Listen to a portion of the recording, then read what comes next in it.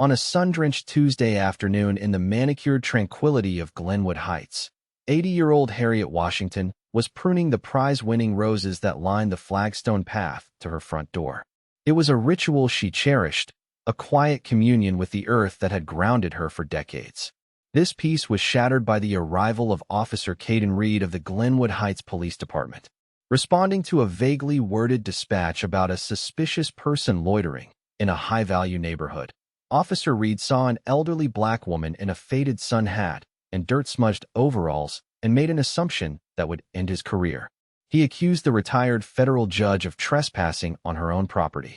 The encounter, captured in stark, unforgiving detail on his body-worn camera, escalated with breathtaking speed until Officer Reed, consumed by a cocktail of arrogance and prejudice, slammed the frail octogenarian against her own wrought-iron mailbox.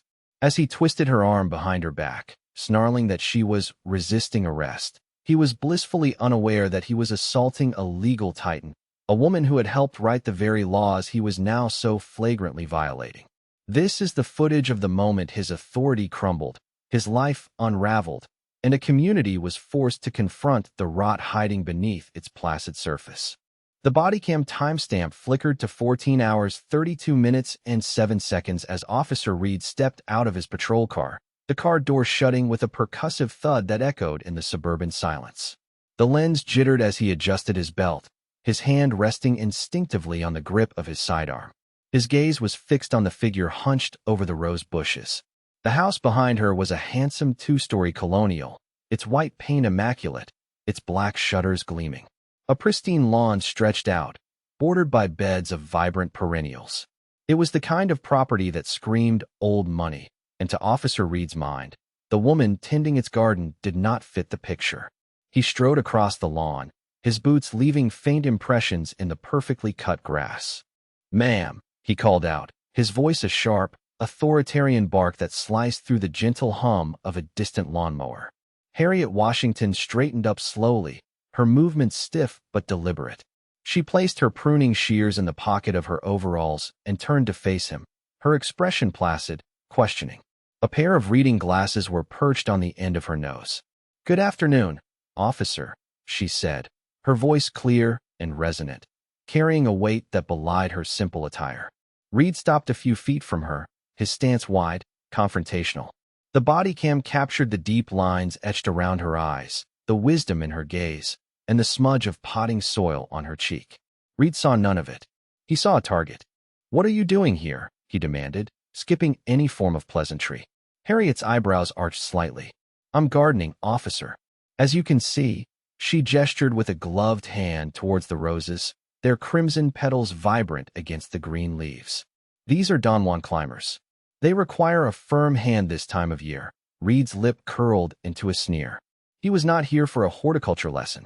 "I need to know what you're doing on this property. I just told you," she replied, her patience still intact, though a cooler, more analytical tone was creeping into her voice. "I am tending my roses." "Your roses?" he scoffed, the word dripping with disbelief. The camera panned from her face to the grand house and back again. The implication was clear. "You're telling me you live here?" "I am," she said, her gaze unwavering. "For 42 years, in fact. My late husband and I bought this house in 1982." The specificity of her answer seemed only to irritate him further. In his world, compliance was simple and direct. Explanations were arguments. Details were lies. "I'm going to need to see some identification," he said, his tone flat, final. "Something with your name and this address on it." Harriet gave a small, almost imperceptible sigh. "Officer, I appreciate you're doing your job, but I am in my own yard. I do not typically carry my driver's license or a passport to prune my flowers. My purse is inside the house." This was, to Officer Reed, the moment of defiance he had been anticipating. It was the classic runaround. He saw it as a calculated refusal to cooperate, a confirmation of his initial suspicion. "That's not going to work for me," he said, taking a step closer. The camera's view of her became tighter, more claustrophobic. "We had a call about a suspicious individual casing this residence. You fit the description." Harriet's expression hardened. The grandmotherly warmth vanished, replaced by a focused intensity. "A suspicious individual? What was the description, officer?"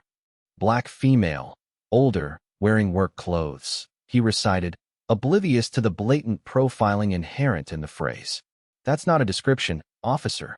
That's a racial and economic stereotype, she stated, her voice as sharp and clean as a legal ruling.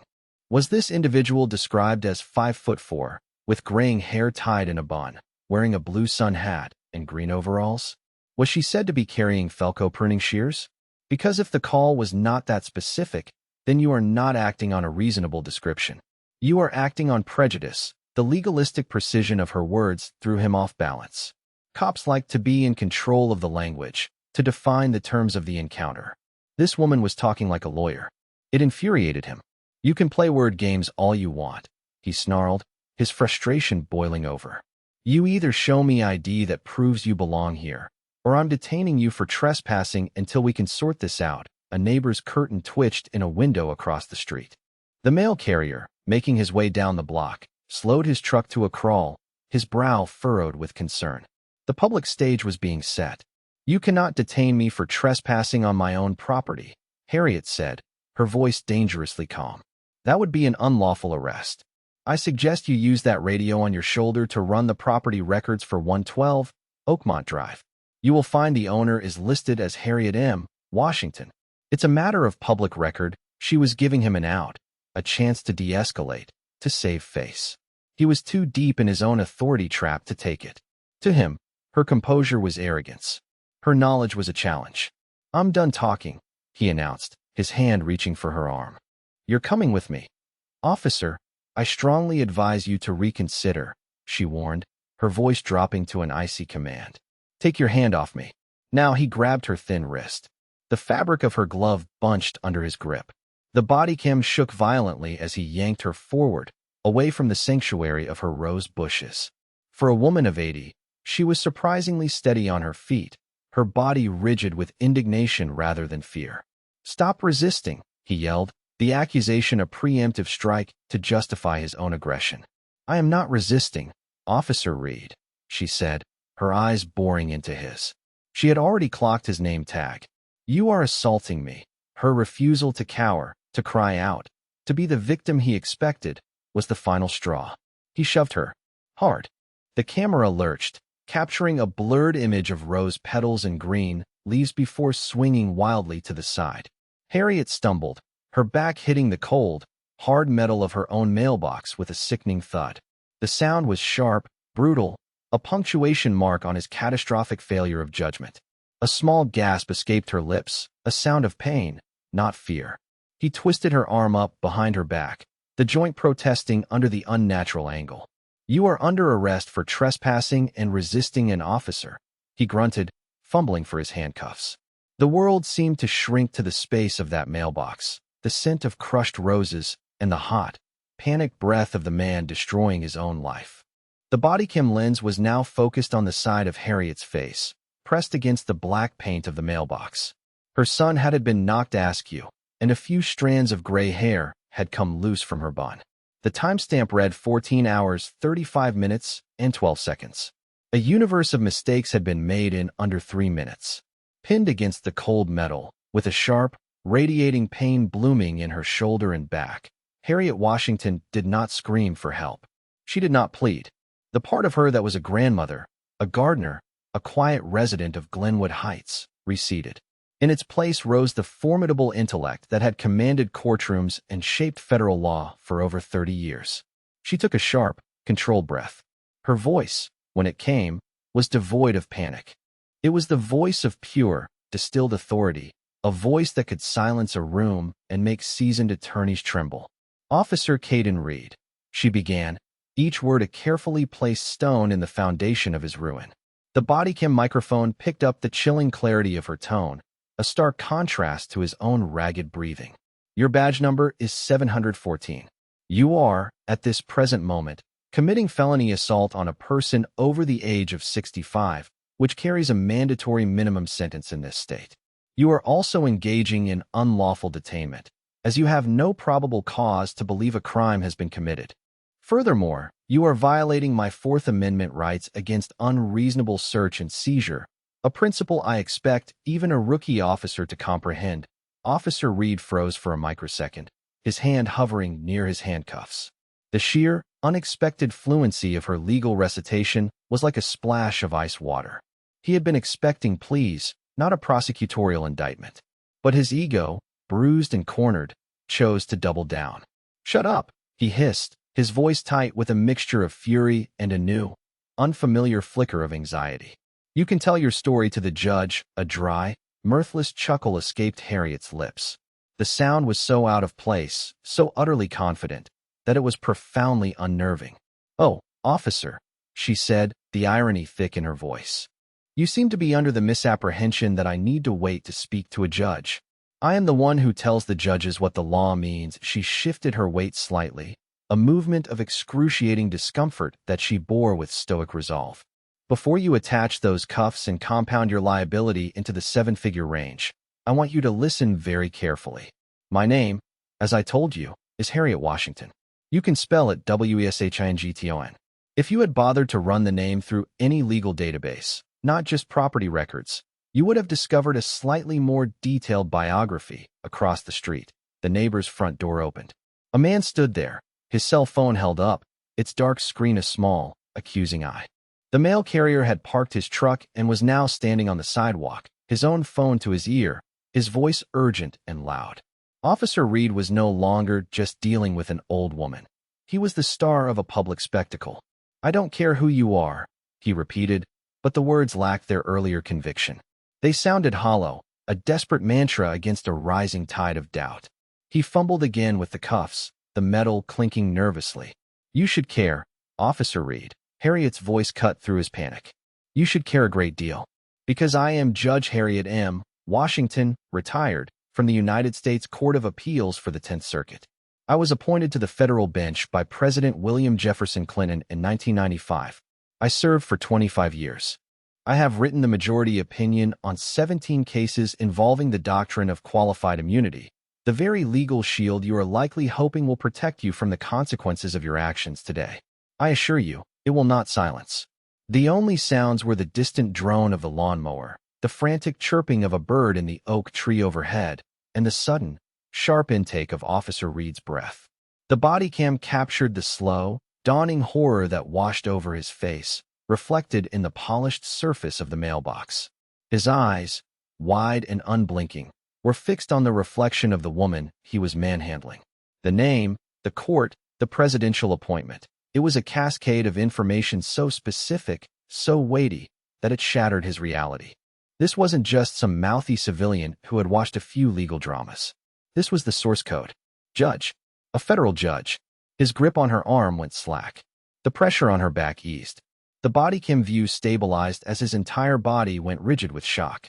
"Judge Washington," he stammered, the name turning to ash in his mouth. He let go of her completely, taking a clumsy step back as if she were suddenly radioactive. Harriet straightened herself up, a painful, deliberate process. She adjusted her hat, her movements a portrait of immense dignity under duress. She rubbed her shoulder, her face a mask of controlled pain and profound disappointment. I'm so sorry, ma'am," Reed babbled, the words tumbling out in a panicked rush. The transformation was instantaneous and absolute. The arrogant enforcer was gone, replaced by a terrified subordinate. "Judge. I'm sorry, Judge. I didn't know. We had a call." "The call is not your defense, officer," she said, her voice retaining its judicial steel. "The call was a pretext for your prejudice. You saw a black woman in a garden and your mind filled in the rest of the story with a narrative of crime and suspicion. You did not see a homeowner. You did not see a citizen worthy of respect. You saw a problem to be removed." Just then, the wail of a siren cut through the air, growing rapidly closer. A second patrol car, this one a supervisor's vehicle, screeched to a halt behind Reed's. A portly sergeant with weary eyes jumped out, his face already a mask of anxiety. His radio was crackling. "Unit 714, what is your status?" "The chief is on the line. He wants to know what the hell is going on at Judge Washington's house." The sergeant's eyes landed on Reed, then on Harriet, who was now standing, bruised but resolute, beside her mailbox. He saw the neighbors with their phones out. He saw the mail carrier striding towards them, ready to give a statement. The sergeant's face went pale. He knew, in that instant, that he was standing at ground zero of a career-ending, department-dooming catastrophe. Officer Reed looked as if he had been struck by lightning. The mention of the chief, the use of her name and title by the dispatcher, it was the final, brutal confirmation. He had not just arrested a citizen. He had assaulted a pillar of the legal establishment, a woman whose name carried immense power. His bodycam, still recording, captured the utter desolation in his eyes. He had been given a gun and a badge, symbols of public trust, and he had used them to attack the very embodiment of the law he had sworn to uphold. The afternoon sun suddenly felt cold on his skin. The sergeant, a man named Henderson, approached with the caution of a bomb disposal expert. His eyes flickered between the terrified Officer Reed and the composed, imposing figure of Judge Washington. He knew her by reputation, of course. Every cop in the county knew who lived in the big white house on Oakmont Drive. Reed, newer to the force and blinded by his own biases, had apparently missed that crucial memo. "Judge Washington, are you all right?" Henderson asked, his voice thick with deference and alarm. "No, Sergeant, I am not all right," Harriet replied, her gaze fixed on the now trembling Reed. "Your officer has assaulted me. He has bruised my back and my shoulder against my own mailbox while attempting to unlawfully arrest me for tending my own flowers." She extended her arm, showing the red mark on her wrist where Reed had grabbed her. "He did this after I repeatedly informed him that I owned this home and that he was making a grave error." Henderson's face, already pale, seemed to drain of all remaining color. He turned to Reed, his expression a mixture of disbelief and white-hot fury. "Reed, what in God's name were you thinking?" Reed could only shake his head, his mouth opening and closing like a fish out of water. "The call. It said, 'suspicious person,'" he mumbled, the excuse sounding pathetic even to his own ears. "The call?" the sergeant barked, his voice cracking. "The call is your job, not your whole brain. Did you run the plates? Did you check the property records? Did you use 1 single ounce of common sense before you put your hands on an 80-year-old woman?" The mail carrier, a man named George, stepped forward. His phone was still in his hand, the screen dark, but he held it like a piece of evidence. "I saw the whole thing, Sergeant," George said, his voice steady and firm. "He was aggressive with her from the moment he got out of the car. She was calm. She tried to explain who she was, and he wouldn't listen. He shoved her. I have it on video." Another neighbor, the man from across the street, joined the growing circle. "I have it too," he added. "He treated her like a criminal." The bodycam captured this circle of witnesses closing in, their faces grim, their phones silent testaments. The suburban quiet had been replaced by a tense, ad hoc tribunal on the lawn of 112 Oakmont Drive, and Officer Caden Reed was the sole defendant. His world had shrunk to this patch of grass, surrounded by the evidence of his own bigotry. The sergeant put a hand to his forehead, rubbing his temples as if trying to stave off a migraine of epic proportions. He spoke into the radio clipped to his shoulder. "Dispatch, have the chief meet me here.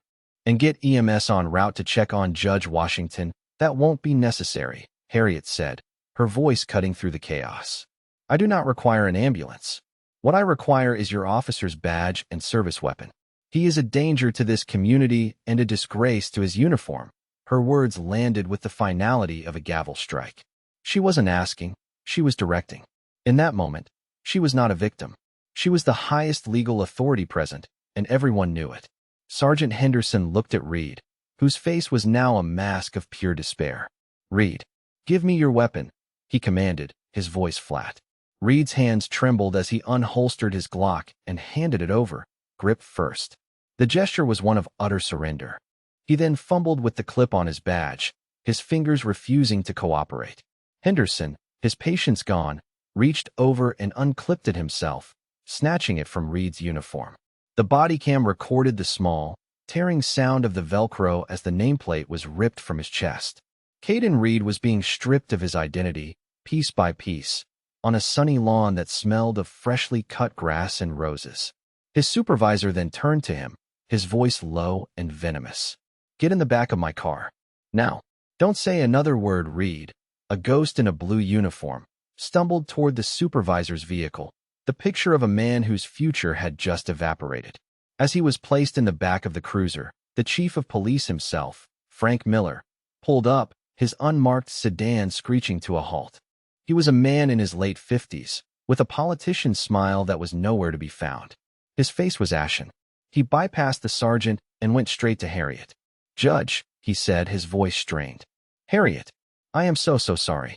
I came as soon as I heard." Harriet looked at the man who, as a young bailiff, had once nervously brought her coffee before major hearings. "Frank," she said, her tone softening just a fraction, a sign of their shared history. "Your department has a problem. This isn't about one bad apple. This is about the tree." The fallout was swift and brutal, a legal and public relations firestorm that the Glenwood Heights Police Department was utterly unprepared to handle. Within hours, the bodycam footage from Officer Reed's uniform, along with the cell phone videos from the mail carrier and the neighbor, was leaked to a local news station. By morning, it was national news. The shaky, visceral footage of an arrogant cop manhandling a calm, eloquent 80-year-old woman in her own garden was played on a loop on cable news networks. The audio of her dismantling his authority with cold, legal precision became an instant viral sensation. Caden Reed was fired before the sun set on the following day. But his termination was only the beginning of his ordeal. Judge Washington, after a visit to her doctor, confirmed deep bruising to her back and a sprained rotator cuff, did not simply accept the department's profuse apologies. She contacted a former law clerk, a brilliant young woman named Maya Adebayo, who had since become one of the country's most feared civil rights attorneys. A lawsuit was filed within the week. It named Officer Caden Reed personally, along with the city of Glenwood Heights. The suit alleged assault, battery, false imprisonment, intentional infliction of emotional distress, and a violation of civil rights under Section 1983. The damages sought were a staggering $850,000.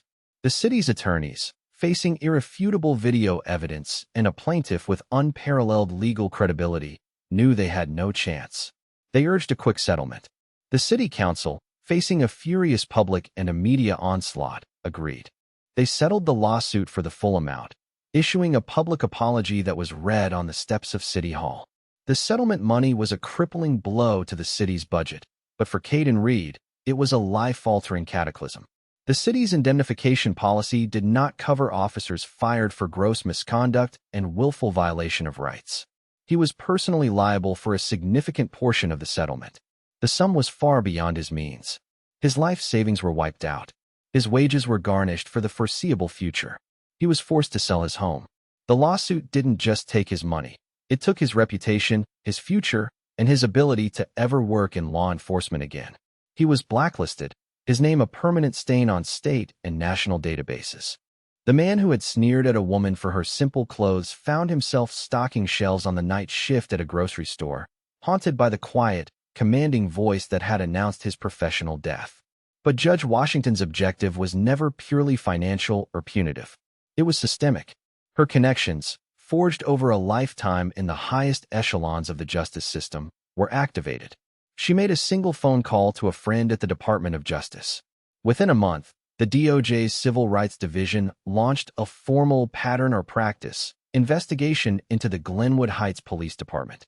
The probe uncovered a deeply ingrained culture of racial bias, inadequate training, and a lack of accountability that went far beyond the actions of one officer. Faced with a federal lawsuit that they could not possibly win, the city entered into a consent decree. The legally binding agreement mandated a complete overhaul of the police department, including new use of force policies, implicit bias training, a robust civilian oversight board, and stringent data collection on all traffic stops and pedestrian encounters. Chief Frank Miller, his career tarnished by the scandal, was forced into an early retirement. The department he left behind was being rebuilt from the ground up, under the watchful eye of a federal monitor. The institution itself was being held accountable. Weeks later, the roses on Oakmont Drive were in full bloom. Harriet Washington was back in her garden, moving a little more slowly, a little more stiffly, but with the same quiet determination. The mail carrier, George, made a point to stop his truck every day, not just to deliver the mail, but to ask how she was feeling. The neighbors waved with a new kind of respect. She had become more than just a resident.